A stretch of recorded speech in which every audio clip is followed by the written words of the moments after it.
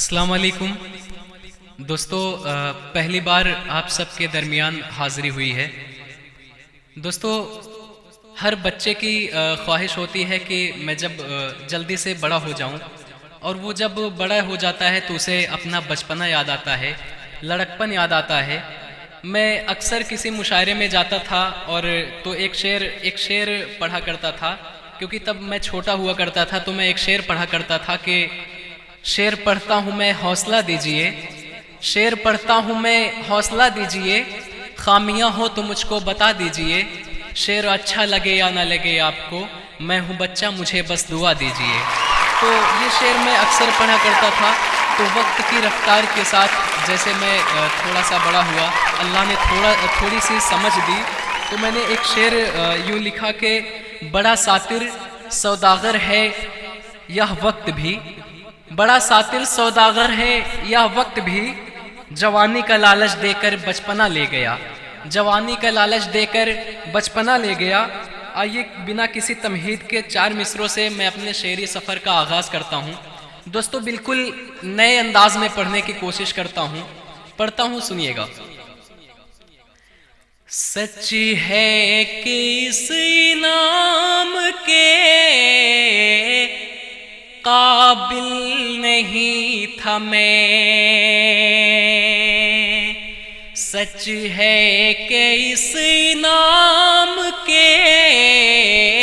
قابل نہیں تھا میں،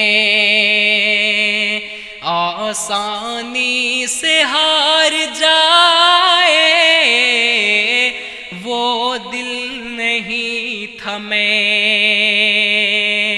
سچ ہے کہ اس انعام کے قابل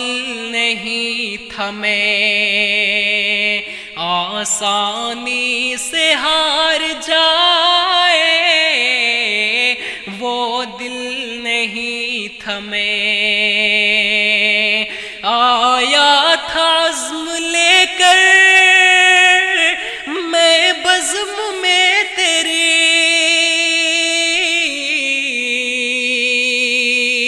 آیا تھا عزم لے کر میں بزم میں تیرے، کشتی بھٹک کے آ گئی ساحل نہیں تھا میں، کشتی بھٹک کے آ گئی ساحل نہیں تھا میں۔ دوستو، ایک مسئلہ ماں کے حوالے سے حاضر کرتا ہوں، اس کے بعد ایک گیت پڑھوں گا جس چیز کے لیے میں خاص طور سے یہاں پر پڑھنے کے لیے آیا ہوں۔ بس ایک مسئلہ حاضر کرتا ہوں، سنیے گا۔ اس گھر کی شوکت و شان نکل جاتی ہے، اس گھر کی شوکت و شان نکل جاتی ہے، جس گھر سے ماں کے مسکان نکل جاتی ہے، اس گھر سے شوکت و شان نکل جاتی ہے، جس گھر سے ماں کی مسکان نکل جاتی ہے، کیسے زندہ ہے وہ اپنی،